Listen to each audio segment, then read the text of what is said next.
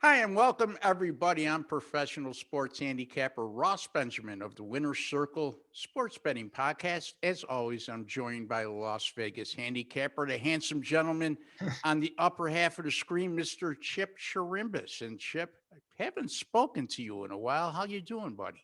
I'm doing much better, Ross. I'm happy to be upright right now. I was kind of prone on my back for about 10 days there, but feeling much better. It didn't stop the winners from coming, though. It just stopped the analysis. But we're still back in action right now, full bore. Looking forward to it. And today's our NBA show. So we're taping this show on Thursday, February 4th, for the games on Friday, February the 5th. So these lines are subject to change depending on when you view the video. So just keep that in mind. We're taping 24 hours in advance, of course, to give more people an opportunity to see us on video, because I know they definitely want to see Chip because he's just, he's a handsome, cute kind of guy, I guess, from what I hear. Yeah, I'm that kind of guy. Yeah. Anyway, let's get right to the games, Chip.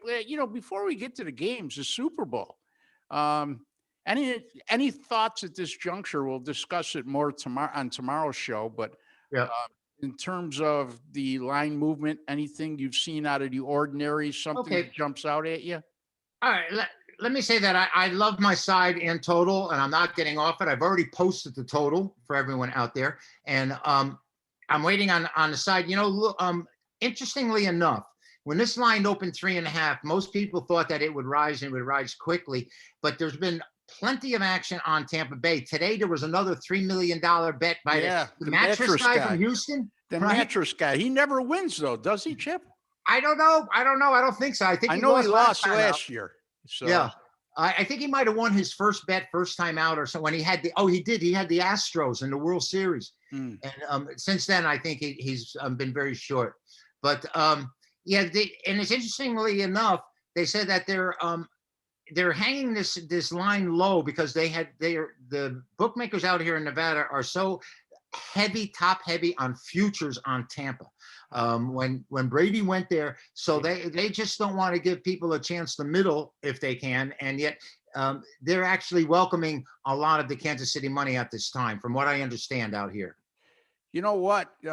I gotta say, we weren't on this. No. I should say, because we both were touting Tampa Bay as an overhyped team, and Right. They made us both look bad. So it is what it is. Yeah, but we had them in the clutch situations when we needed them. Yes, that's exactly right. That's why I hate making preseason predictions, which I do a lot of them for OSGA. Right. But then you're married to that team all year. You know what I mean? That is my contention, Ross, about that. And like why other websites are always looking for a prognostication of who you predict to get there. And I said, I don't want to put anything out because I don't want it on my head that I have an interest, a vested interest in that side. I'd rather play game by game. I think we make much better decisions that way. And you're not influenced. You know what I mean? Make more money as well. Especially if you start getting into over and under regular season win totals, which I had to do for OSGA.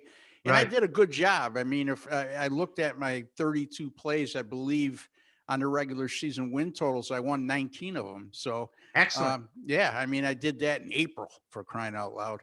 And a lot changed since then via free agency and the draft and all that kind of stuff. But any event, Chip, I agree with you. And, Tampa Bay definitely was not a team that I was on early. I just thought that they were the next coming of the Cleveland Browns from the year before. And they proved me wrong. And you know what? They deserve being here. It's not like they're lucky.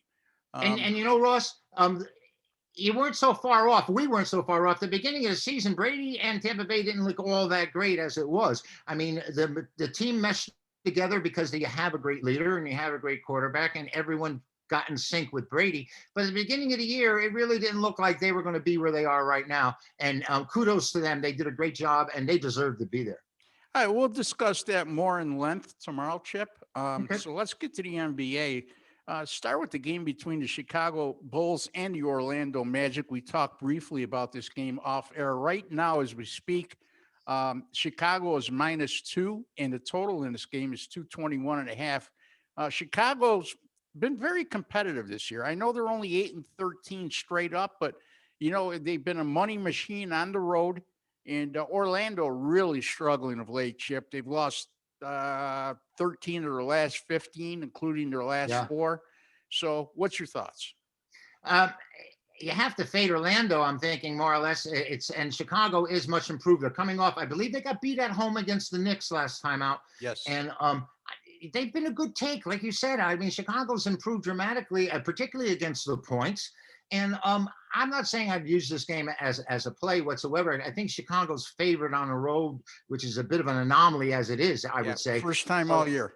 yeah, okay. So I'd rather watch and observe this one right here, but they're certainly playing the better basketball right now, and I think they've been a pleasant surprise to their backers so far. Yep. And hard to put your money on a team that's struggling like Orlando is right Yeah. now. So I'll have a free pick on this game. Stay tuned later in the show, and Chip will as well. Again, we're discussing the Friday NBA card, Friday, February 5th. We're recording on Thursday, February 4th. So, folks, all these lines are subject to change, like I mentioned before. Keep that in mind. We're taping 24 hours in advance here. So, Utah at Charlotte tomorrow. I mean, this is a tough one to call right now because Utah right now is a 7.5 point favorite, but no total listed on this game because Utah does play tonight, Chip. So I know that Utah playing with no rest has gone under the total in all three of their games this year in that situation. And Charlotte's quietly playing some pretty good ball. Last night they barely got inside the number as a 7.5 point home dog. What's your take, Chip? All right, this is going to be my free play, Ross. So I'll just give you a little fluff right now until we close with my free winner. Interesting matchup. Utah after a slow start has reeled off 12 out of 13 or 11 out of 12 wins, and almost all of those were covers for sure. Yeah. But the first 8 of 9 were at home for them. They took to the road the first time after winning 7 in a row at home, got beat by Denver, bounced back with a win, and now they're at Atlanta tonight. So that Thursday night, that is. And we'll see what happens. Like you said, on their day's rest, the total goes. But I'll have a side before the show's over on this one. Yep, Utah is 12-1 in their last 13 games, and they covered 11 of those contests. But keep in mind, they failed to cover. Their only 2 games they failed to cover were in each of their last 2 games they played. The New Orleans Pelicans at the Indiana Pacers. 2 teams have been putting up some pretty large offensive numbers of late, Chip. Right now, Indiana minus 3.5 in the total here, 226.5. Right. Other than Williamson, New Orleans really doesn't have as much to offer as they even had last year. But this, excuse me, they're up against Indiana, who got rid of Oladipo, their best player, and what they got in return was a guy that's in a hospital with a major ailment. So right. Yeah, so they're hurting, I think, personnel wise, and it's hard for me to get a feel for them. I think at 3.5 point favorites here, they might be the side, Ross, considering the Pelicans won last night, won convincingly won Wednesday night at home convincingly, and maybe it's just a zigzag theory here. We know that this Indiana just got crushed by Milwaukee, and my instinct would be to bounce back with Indiana, but without the personnel there, it's really hard to play this game with any confidence. Yeah, Indiana will be playing their 3rd game in 4 days. Chip mentioned last night that you were hammered by Milwaukee. The night before, they had a blowout win at home. So actually, they beat the Memphis Grizzlies, who at that time were on a 7-game win streak. So just when you thought Indiana was turning things around, a reality check at Milwaukee last night. Couple notes here, Chip.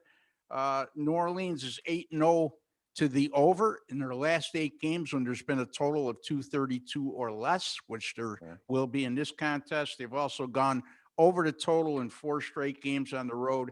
And Indiana 5-0 to the over at home when there's a total of 217.5 or greater this year. So again, it looks like a high scoring game in terms of the trends, but we'll see where the line movement goes on that. Again, that total in that game is 226.5. Next game, Chip, speaking of the Milwaukee Bucks, they'll be traveling to Cleveland tomorrow night to take on, or Friday night to take on the Cleveland Cavaliers. Cleveland coming off a disappointing performance last night as they were blown out by a Clippers team that was playing with no rest and coming off an emotional game against the Nets. And you mentioned Milwaukee off that easy win last night against Indiana. What's your take here, buddy? Well, like a seesaw, I can see Milwaukee coming back to the center, and I can see an improvement on the other side. I mean, they were just annihilated last time out. Cleveland's been good to me this year, Ross. I Yeah. kind of like that guard combination they have with Collins, Sexton, and they seem to have been able to jump up and win some games. They beat the Nets and covered some spreads, and yet they have games like the last time out where they are just never in it and are down 25 from the get-go and never get closer. And but my instinct here would be to fade Milwaukee, who I think is just sleepwalking through the regular season. They've learned that winning all these games now doesn't mean a thing if you don't win in the playoffs. So I think my tendency here is to want to take the dog, though it's really scary taking a team like Cleveland, who, like I said, when they get beat, they get wasted.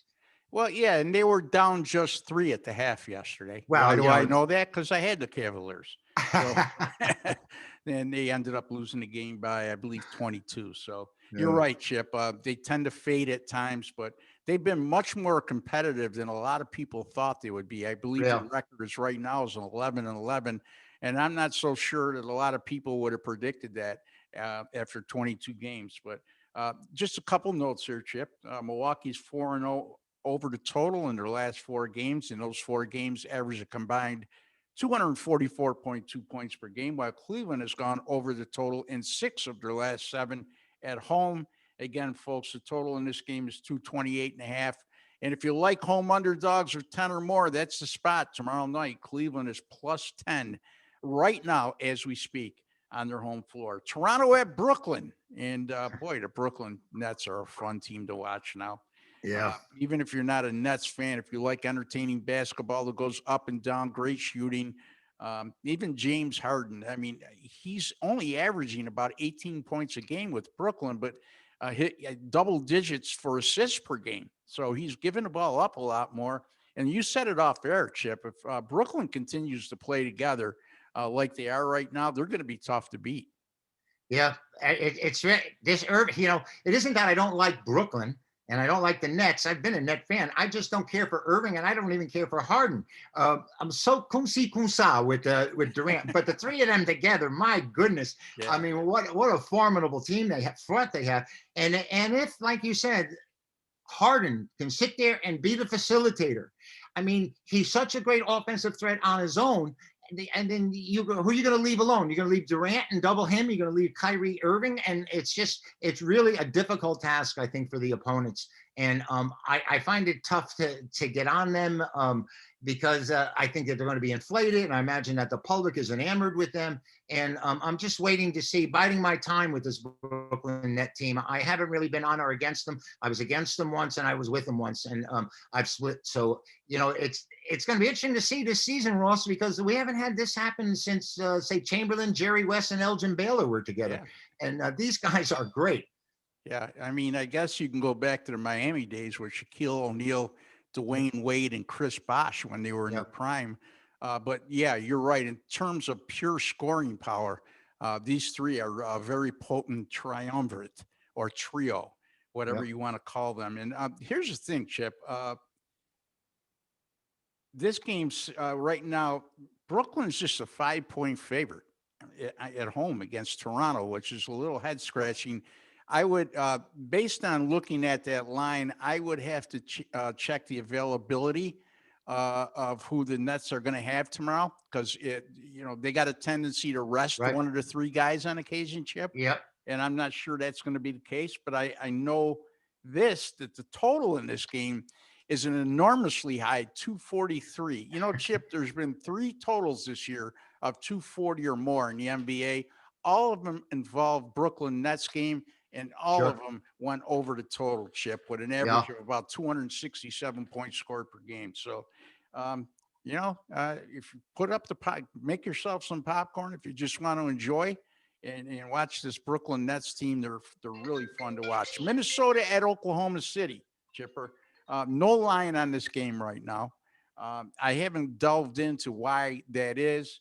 So we'll brief. It's not a lot to talk about here. Minnesota blew a 14 point, or excuse me, a 16-point fourth quarter lead last night and lost the game. Wow. And Oklahoma City, they did come up with a home win in their last game, but they've struggled badly at home this year and been very good on the road. I'm assuming they're going to be laying a number of somewhere around 6 to 7 points here. And the road underdog might be an inviting play. Again, we need to check availability of players tomorrow. You know, I both these clubs are pretty hard to gauge. I think this Oklahoma City, I've been avoiding them for the most part. I look at their lineup and I'm trying to figure out who's out there. You know, who's playing. I mean, who do we have? And Minnesota has just been wretched for eons now, and waiting for them to get good. I don't know what's going to happen. This is a game that most likely, Ross, when I look at the board and I see this, it does nothing for me, and I'm not looking to find something in a game like this, if you know what I mean. Exactly, and especially if there's no line right here. It's the only game on the board with no line. I mean, there's no total on the Utah game only because they're playing tonight. But when there's no line on two teams playing each other that are rested. They haven't played. They would not have played until last Wednesday night. So they're going to have a day of rest. To me, that tells me more times than not, I'm going to shy away from the game and not give it a second. Ross, haven't the Timberwolves had a lot of virus issues? I mean, as to who's playing are in and out in games along that line. Chip, again, I'm not aware of that because I very seldom have used the Timberwolves game this year because most times than not, they're such a big dog or they're a dog at home. And so I've really steered away from their games, but you very well could be right. But I just keep reading that they had the minimum players allowed to suit up, or they're missing X amount of players during practices. But I guess that's happening to everyone everywhere. So I mean, it might have a lot to do with why there's no line in this game. I'd have to look into that. I always apologize, think that. but I don't have that information. Well, I always think that when I see like there's no line, well, who's on the sideline or what's going on, because they're not. Let's say confidentiality. I don't think they're releasing everything to us. I really don't. No, a lot of privacy concerns there as well. Yes. Washington at Miami. This definitely is not the same Miami Heat team we saw that reached the NBA Finals last October. And they're a 6.5-point favorite. And the total in this game is 228.5 against the lowly Washington Wizards, who, by the way, won at Miami on Wednesday, 103-100. So I don't know what's up with the Heat. I know they were missing Jimmy Butler for a while, and they had some injury and COVID issues, but they got no excuses now, and they lost to lowly Washington at home on Wednesday. Yeah, well, there's no continuity. We can see that with the Heat. And without Jimmy Butler in and out of the lineup, I don't think they're going to have it for a while. I don't know exactly, how bad his issues are, but I haven't been involved with this Miami team at all, Ross, because of this, because of the inconsistency of knowing that the big guy's going to be playing, because his impact out there is just absolutely, incredible. He makes that team. They're not even a 500 team without him out there. So, I'm not even interested in the game. In Washington, of course, Westbrook, he didn't play last time out. He'll score 41, and Beal will score 40, and they'll still lose by 22 points. And they play Matador defense most times, but they did hold the Heat, somehow hold the Heat. Matador defense? Yes. And, Miami, not too good at home of late either. 2-6 straight up and 0-7-1 against the spread in their last 8 at home, including that loss to Washington on Wednesday. And the Washington Wizards are 4-1 against the spread in conference away games, including winning 2 of those 5 games straight up, all as an underdog. So it's just something to keep in mind. Go figure. I just find it hard to believe that Washington is going to beat Miami twice in a row in Miami. And that seems like a short number to me. So I'll have to do further research on that one, Chipper. Detroit at Phoenix. The Pistons just playing terrible basketball. They're okay at home. They're terrible on the road. And the Phoenix Suns, hard team to figure out. Phoenix is minus 8.5, and the total in this game is 215.5, Chip. Well, I know the Pistons have had issues as well as far as who's playing, who's not playing. And again, this is a team that once they'll put up a decent performance and a great game, and then all of a sudden, they'll string together 3-4 games in a row where they're just not even competitive, or it appears that they're not competitive. They may be sneaking in under the number every once in a while, but to tell you the truth, Ross, these bottom feeders like this, I try not to get involved with them too often, because you can get, you can be chasing them, and you're asking bad teams to do good things. And for we you. talked about this before, and so I pretty much. You have to have really a special situation for me to want to get involved in the Pistons. One thing to keep an eye on for totals players, Detroit has gone over the total in 8 of their last 9 away games. In those contests, average a combined 230.2 points scored per contest. The total in this game right now is 215.5. So might be worth a look at the total tomorrow night in this game. Here's the game of the day. The Boston Celtics at the LA Clippers. And that game goes, it's the nightcap at 10:05 p.m. Eastern time. I believe it will be nationally televised on ESPN. The Clippers right now a 5-point favorite. The total in this game is 221. The Clippers coming off an impressive road win at Cleveland on Wednesday. Boston, after knocking off Golden State on Tuesday night at Golden State, lost last night to the Sacramento Kings. By the way, I did have the Kings last night plus 1.5. Yes, I sir. mentioned my loser, I did have a winner with Sacramento. But in any event, Chip, this looks like a very, very intriguing matchup between two very talented teams. The Clippers right now are, this is a team that they're explosive offensively, and when they put their mind to it, they're a lot better defensive team than they've shown so far. They are, and the Clippers. You don't know if they're just, that they have one of the best records, not the best record in the NBA, and yet I still feel like they're just waiting for the playoffs. They're just waiting to playoffs, because nothing means anything until they can get by the Lakers. We're pretty sure of that, or even some of the other also rans in the West that can come up and bite you. But like you, I had Boston on Wednesday night as my top play and winner. It was the only game I released in the NBA. The night before, I did get beat with them against Golden State. But this Boston team they are very well coached, but their roster changes in the last 2 years. I don't think they've been all that beneficial, Ross. I thought at one time they were actual contender and they had a chance to get there. Whereas now I just think, yes, they're a good team. They're a team that's going to make it to the playoffs, but I don't think they're championship caliber now. I really don't. And the Clippers, who's playing? Is Leonard in the game? I mean, who's in the lineup and who's not with them? That is key with that club. Because they had, George and Kawhi Leonard were out with COVID protocol for 3 or 4 games, and boy, oh boy, their complementary players stepped up nicely and held their own. They're both back now, and when they're both in the lineup, they're really tough, and they got a good combination of forwards and guard play, and good defensively, and strong up the middle. I mean, so they're going to be a tough outcome playoff time. But you're right, Chip. Until they get by the Lakers, it means nothing.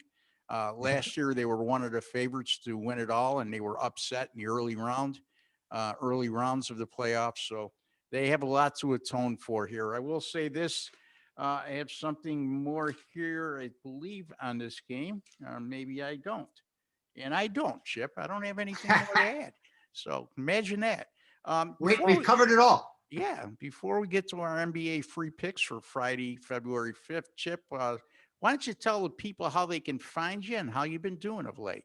Well, thank you, Ross. I've been doing very, very well. We swept the board in the NBA on Monday, went 3-0, and then stubbed our toe on Tuesday. But we've rebounded with winners the last few days.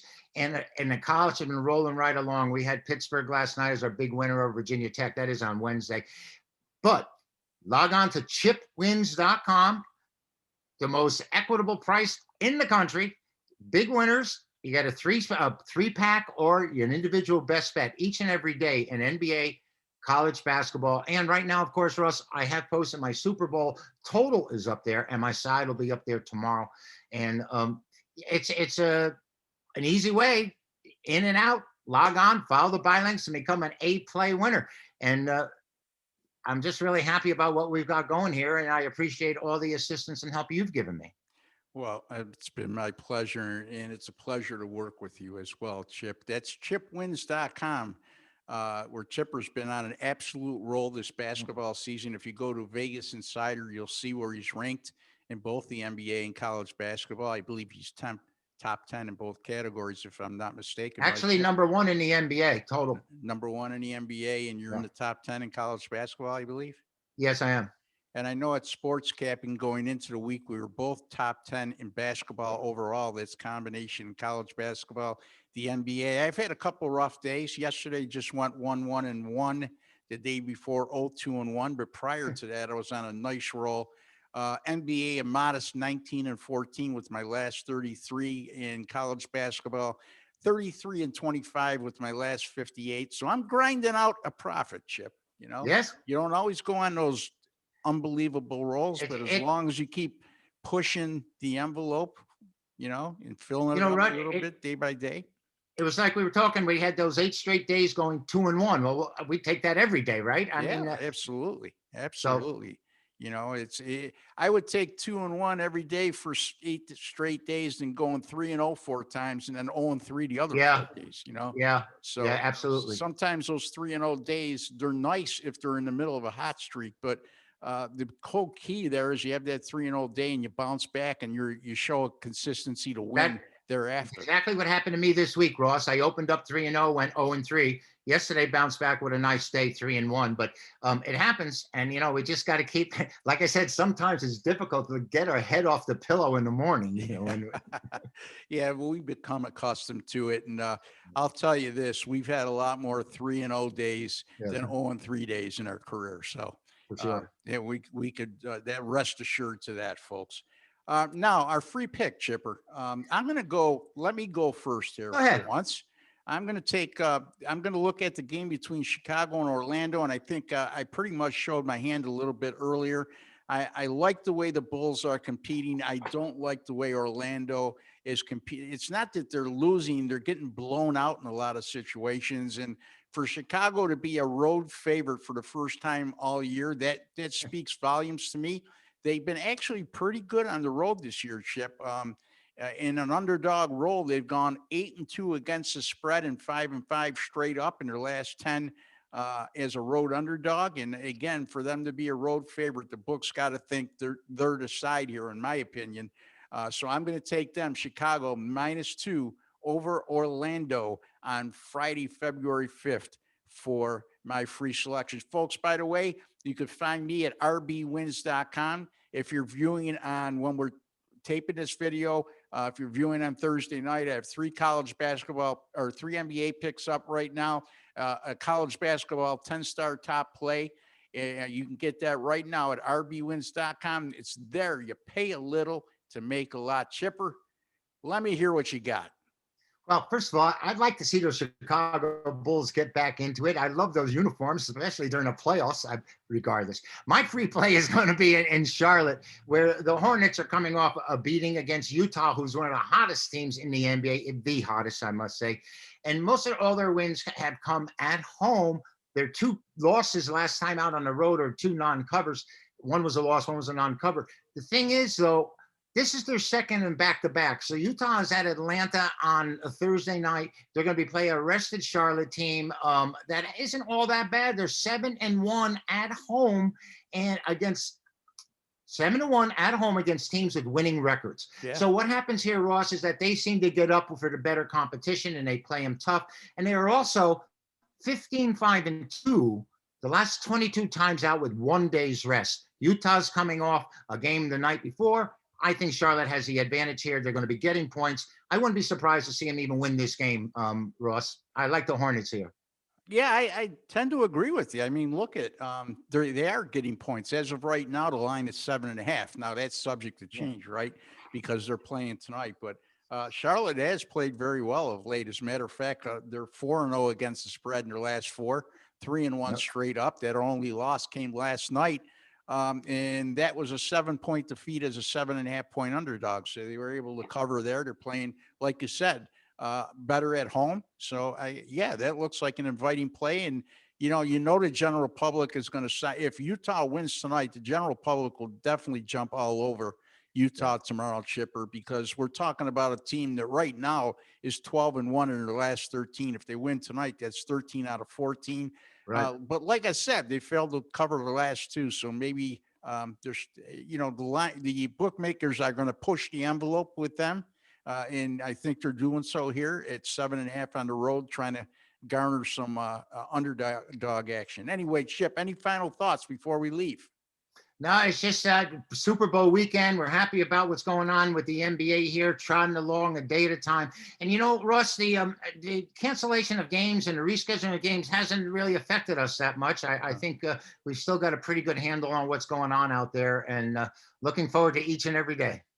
Yeah, I mean, the only way it's affected me, Chip, is I'm waiting longer to post my picks than normal.